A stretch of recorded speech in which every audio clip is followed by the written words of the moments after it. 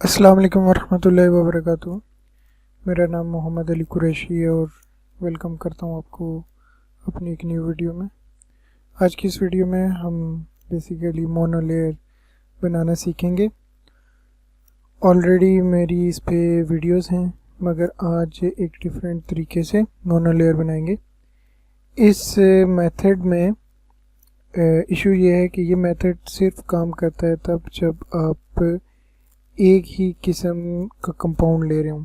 मिसाल यानी कि ये हेट्रोस्ट्रक्चर्स वगैरह पे काम नहीं करेगा।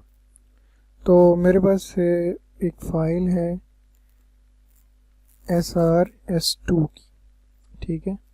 अब ये क्योंकि एक ही कंपाउंड है, इसमें हेट्रोस्ट्रक्चर वगैरह नहीं है, तो इसकी मोनोलेयर हम बनाना सीखेंगे। अच्छा, मोनोलेयर में बेसिकली क्या होता है कि इधर ऊपर की साइड पे एक वैक्यूम होता है। तो वैसे मोनोलेयर के मुख्तलिफ मेथड हैं, मुख्तलिफ अप्रोचेज़ हैं। आज हम इसकी एक XYZ जिसको हम एटॉमिक डिटेल कहते हैं वो बनाएंगे और उसके बाद उसको वास्प में कन्वर्ट करेंगे और लैटिस पैरामीटर ऐड करेंगे उसके अंदर। तो सबसे पहले आपने करना ये है कि इसको एक्सपोर्ट कर लेना है। एक्सपोर्ट हम करेंगे इसको वास्प के फॉर्मेट में से एक्सपोर्ट कर लेंगे। अच्छा जी, इसको अब नाम कोई भी दे सकते हैं, मैं इसको लैटिस कह रहा हूँ। और यहाँ पर आप कार्टेशियन कोऑर्डिनेट्स सेलेक्ट कर लोगे। इसके बाद फिर से आपने एक्सपोर्ट करना है। अब की बार आपने एक्सपोर्ट में XYZ जो है इसको एक्सपोर्ट करना है डाटा के नाम से। अच्छा जी, यहाँ से आपने नो कर देना है। अब आपने इन दोनों फाइल्स को ओपन कर लेना है नोटपैड प्लस प्लस पे। Notepad plus plus free of cost software आप डाउनलोड कर सकते हैं। अच्छा जी, यहाँ पर अब आपने करना ये है कि इस फाइल को भी ओपन कर लेना है। ये मेरी पिछली फाइल्स हैं, इनको मैं क्लोज कर देता हूँ। अच्छा, ये लैटिस वाली फ़ाइल है और एक ये वाली फ़ाइल है। तो आपने बेसिकली इस फाइल को यहाँ से करना है कॉपी और यहाँ पे कर देना है पेस्ट। अच्छा जी, यहाँ पर पेस्ट करने के बाद आप देखें कि कितने 1 2 3 4 5 6 7 8 9 10। अच्छा जी, इसकी जगह आप लिख दो 10 और S जो है वो आप काउंट कर सकते हो। मैं यहाँ पर डायरेक्ट कैलकुलेटर यूज़ करूँगा। तो 66 माइनस यहाँ पर जो है 19 और प्लस 1, तो ये 48 एटम्स जो हैं ये हैं S के। वैसे आप कैलकुलेट भी कर सकते हो।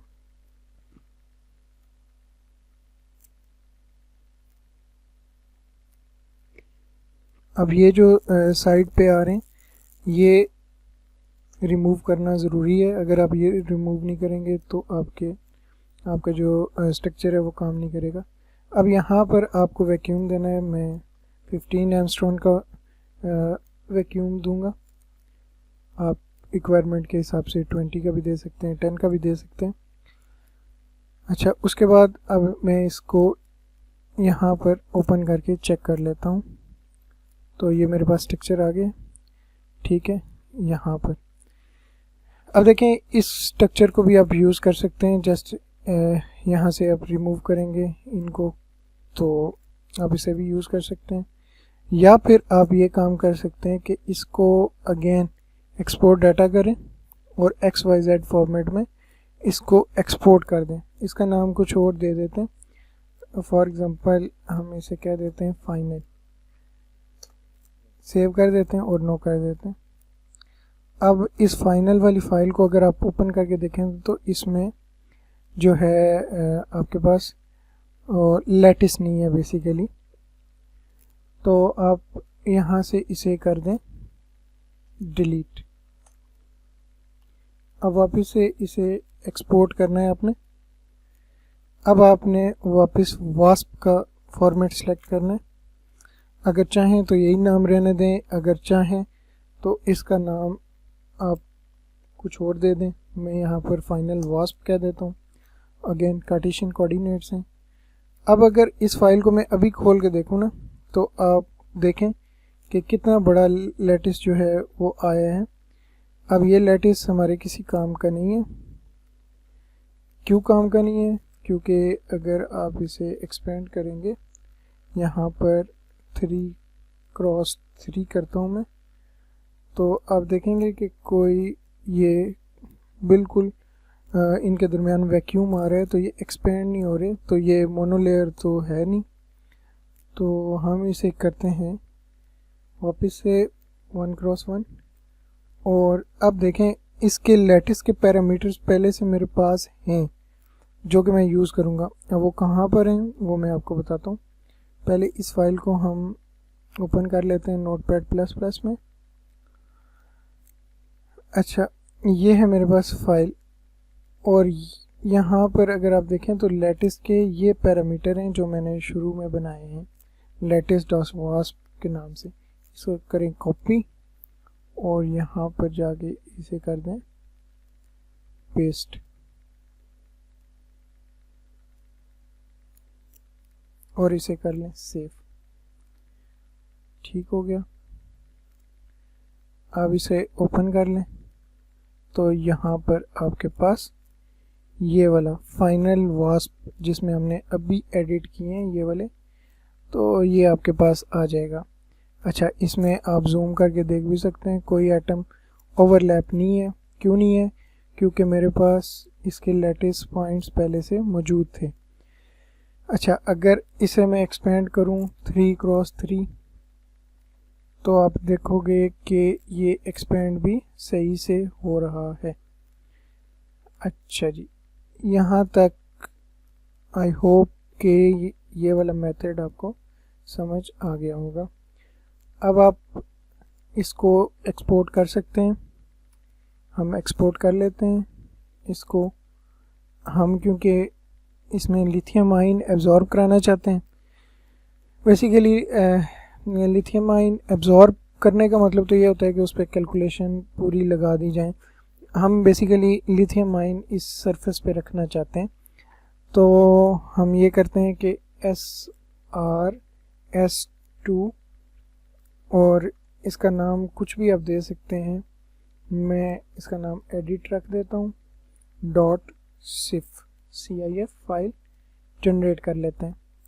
अच्छा, ये फाइल जनरेट हो गई है। अब ये फाइल हमने क्यों जनरेट की है? क्योंकि मटेरियल स्टूडियो पे हमें काम करना है। तो मटेरियल स्टूडियो पे एक प्रोजेक्ट, कोई भी आप नया प्रोजेक्ट बना सकते हैं, तो उसको आप ओपन करें। बेसिकली हमने एज सच कोई कैलकुलेशन नहीं करनी।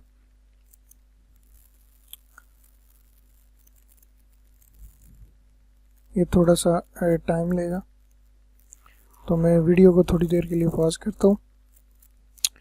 तो मेरे पास यहाँ पर मटेरियल स्टूडियो जो है वो ओपन हो चुका है। तो यहाँ पर ये मैंने पहले ही ये वाला प्रोजेक्ट करके देखा था। अगर आप 1 मिनट इसे लोड होने देते हैं, ठीक है। इस प्रोजेक्ट को हम कर देते हैं यहाँ से मिनिमाइज और इसको हम कर देते हैं यहाँ से डिलीट। ठीक हो गया। अच्छा, अब हम यहाँ से इस वाले यहाँ पर हमने बनाया था SrS2 एडिट के नाम से, इसको हम यहाँ पर ले आते हैं। अच्छा, ये हमारे पास फाइल ओपन होगी। हम इसे जूम कर लेते हैं। यहाँ से हमारे पास जब आप इस तरह से मोनोलेयर बनाते हैं तो थोड़ा सा स्ट्रक्चर जो है वो चेंज हो जाता है। ठीक है, आप चाहें तो इस पर सिमेट्री अप्लाई भी कर सकते हैं। तो ये हमारे पास ये स्ट्रक्चर आ गया, ठीक है। ये वास्प पे ऐसा नज़र आता है और मटेरियल स्टूडियो पे बॉन्ड्स की वजह से ऐसा नज़र आता है। अच्छा, तो यहाँ पर हमारे पास एक काम तो हो गया। अब देखें, अगर आपको एब्जॉर्प्शन करानी है तो उसका अच्छा तरीका तो ये होता है कि आप इस मटेरियल इस स्ट्रक्चर को जो अभी आपके सामने है इसे भी रिलैक्स करें, फिर इसका सुपर सेल बनाएं, उसको भी रिलैक्स करें, उसके बाद उस पर लिथियम आयन जो है या लिथियम एटम बेसिकली होता है तो उसको एब्जॉर्ब कराएं। अब देखें, मैं इसको रिलैक्स नहीं करूँगा क्योंकि उसके लिए अच्छा खासा टाइम रिक्वायर्ड होता है। मैं इसे यहाँ पर जाके सुपर सेल बना देता हूँ 3x3 का। आपकी जो रिक्वायरमेंट है आप उस हिसाब से बना सकते हैं। अच्छा, यहाँ पर ये मेरे पास आ गया। अच्छा, अब यहाँ पर मैंने एब्जॉर्ब कराना है एक लिथियम आयन। अब आयन तो ऐसा सच नहीं होता, एटम होता है यहाँ पर अवेलेबल। अच्छा जी, जब एब्जॉर्ब हो जाता है लिथियम एटम तब वो उसे हम आयन कह देते हैं। तो यहाँ पर आप ऐड एटम पे चले जाएं। ऐड एटम पे जाने के बाद आप यहाँ से कार्टेशियन कोऑर्डिनेट को सिलेक्ट कर लें और यहाँ पर आप सिलेक्ट कर लें लिथियम को और ओके कर दें। और यहाँ पर आप 1 1 1 सिलेक्ट कर रहे हैं। अगर 0 0 है तो वो चारों कोनों पे आ जाएगा। 1 सिलेक्ट करके ऐड के बटन पे क्लिक करें तो ये आपके पास, अगर आपको नज़र आए तो ये प्लस का निशान जो है ये बेसिकली आपके पास लिथियम एटम आ गया है। अगर आप डिस्प्ले पे जाएं दोबारा और यहाँ से अगर बॉल एंड स्टिक पे क्लिक करें तो ये आपके पास एक एटम जो है वो लिथियम का वो आ गया है। अब इसको आपने प्लेस करना है तो प्लेस करना बहुत ही आसान है। आपने जस्ट स्ट्रक्चर को एक व्यू में ले गया ना, ऐसे इस पे क्लिक करें, यहाँ से इसे अप कर दें जहाँ पर आपको रिक्वायर्ड है, जितने डिस्टेंस पर रिक्वायर्ड है। और उसके बाद यहाँ से अब देखें ये एक साइड से यहाँ पर चला गया। अब 3D स्पेस है तो यहाँ से भी मुझे लाना पड़ेगा। तो यहाँ पर मैं इसे वो वापस यहाँ पर ले आता हूँ। जहाँ पर आपका दिल है एब्जॉर्ब कराने का, आप डिफरेंट साइड पे इसे ट्राई आउट कर सकते हैं। ठीक है जी, तो यहाँ पर देखिए मेरे पास लिथियम एटम जो है वो इसके सरफेस पे प्लेस हो गया। अब चाहें तो अगर आपको इसकी क्लियर पिक्चर देखनी है तो आप इसे एक्सपोर्ट कर दें। डेस्कटॉप पे हम DFT और यहाँ पर हम कर देते हैं जनाब सिप फाइल में अगेन, और इसको आप @ कह के LI कह देते हैं हम, क्योंकि लिथियम एटम है इसमें। सेव कर देते हैं और चलते हैं अपने विस्टा में और देखते हैं। ये देखें, इसको जब ओपन किया तो अगर आप यहाँ पर देखें तो ये आपके पास लिथियम एटम जो है ये एब्जॉर्ब हुआ है। अब ये यानी कि यहाँ पर आपका काम हो जाएगा। अच्छा, आप यहाँ से वापस इसे एक्सपोर्ट भी कर सकते हैं वास्प के फॉर्मेट में, यानी पोस्टकार्ड में, और वास्प पे ही इसकी कैलकुलेशन मज़ीद कर सकते हैं। आई होप ये वीडियो इंफॉर्मेटिव रही होगी। अगर आपका कोई भी क्वेश्चन है तो आप पूछ सकते हैं।